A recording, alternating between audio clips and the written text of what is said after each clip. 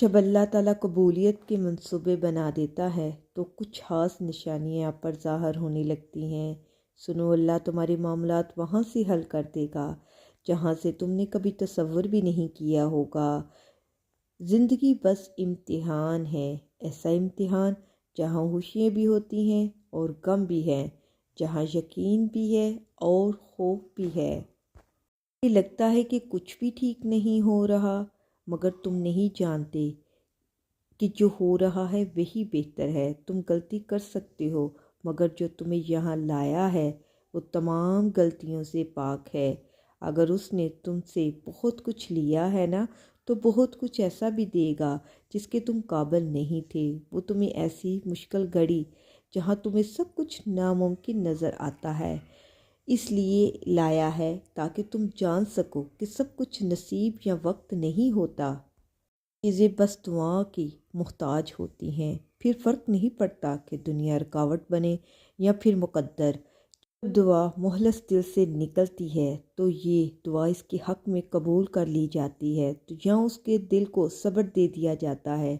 تمہارا یقین ہی تمہیں زندہ رکھتا ہے، اور جب ساری امیدیں اللہ سے وابستہ کر لی جائیں تو ہار جانے کا ڈر کیسا؟ جو جنگ اللہ کے ساتھ مل کر لڑی جاتی ہے اس میں شکست کبھی نہیں ہوتی۔ جس کا کوئی خیال نہیں کرتا اس کا اللہ خیال رکھتا ہے، اور اس کی آغوش سے بہترین اور محفوظ جگہ تو کوئی بھی نہیں ہے۔ زندگی کو اپنے مطابق بنانے کی کوشش کرنے والے احمق ہوتے ہیں۔ تم اللہ کے مطابق جینا سیکھ جاؤ، پھر وہ تمہارے مطابق زندگی کو بنا دے گا۔ جو دنیا اپنے آپ میں ہی بکھری ہوئی ہے تمہیں کیسے سمیٹے گی؟ تو تم اس کی طرف لوٹ آؤ جو ایسے سمیٹ لیتا ہے کہ پھر کوئی توڑ نہیں سکتا۔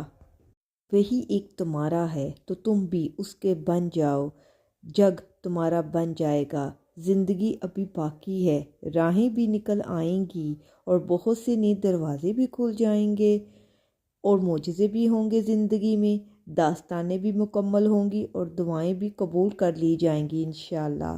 تمہیں وہ سب ملے گا جس کے ملنے کا تم سوچ بھی نہیں سکتے۔ تمہارا اتنا طویل سفر طے کر کے یہاں تک آنا اور صبر کرنا کچھ بھی بے مقصد نہیں ہے۔ تمہیں اس کا صلہ ضرور ملے گا، اور یوں ملے گا کہ تم راضی ہو جاؤ گے۔ یاد رکھو، اللہ تمہیں تمہارے دعاؤں سے آزماتا ہے۔ وہ تمہیں ہر اس چیز سے آزماتا ہے جو تمہاری دعاؤں کا حصہ ہوتی ہے، کیونکہ دعاؤں میں بھی وہی ہے جن سے تمہیں بے پناہ محبت ہوتی ہے۔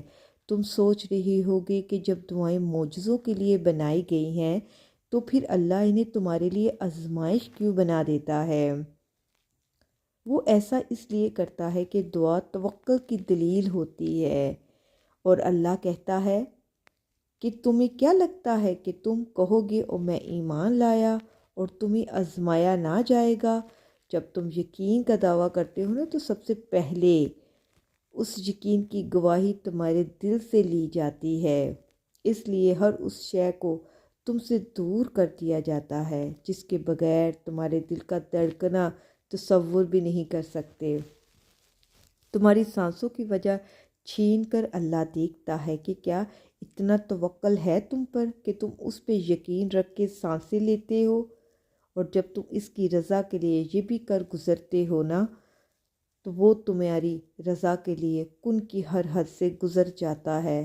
اللہ ان دعاؤں کو کبھی نہیں بھولتا جو تم نے اس کی رضا کے لیے قربان کر دی ہو۔ اللہ کے لیے جو کھو دیا جائے وہ کبھی بھی کم نہیں ہوتا، وہ پلٹ کر واپس ضرور آتا ہے۔ تمہاری ادھوری دعاؤں کی قبولیت بن کر، تمہارے درد کا اجر بن کر، اللہ کے کیے گئے تمہاری وفاؤں کا صلہ بن کر، یاد رکھو جب اللہ چاہے گا سب بدل دے گا۔